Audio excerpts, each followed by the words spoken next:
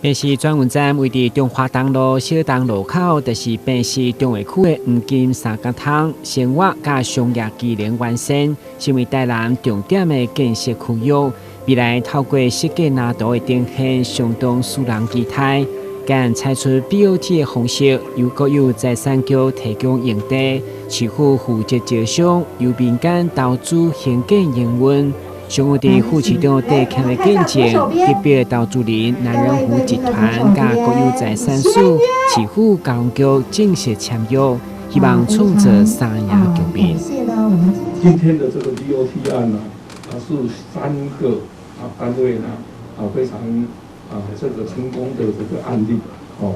那这个在整个招商的过程中呢，市政府扮演非常重要的这个角色。如果没有土地，也就没有招商的工作。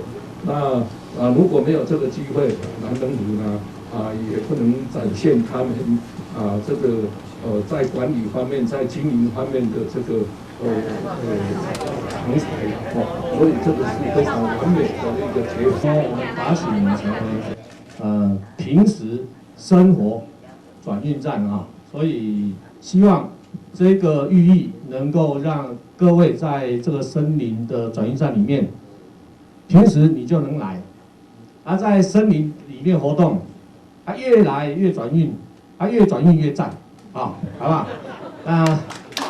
高雄局长王敏德强调，干上大特点就是将打造亲像树林同款的转运站，好好保留基地内树木。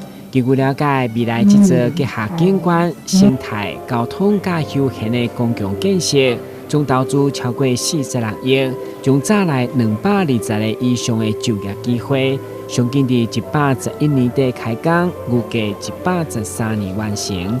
台南新闻管制采访报道。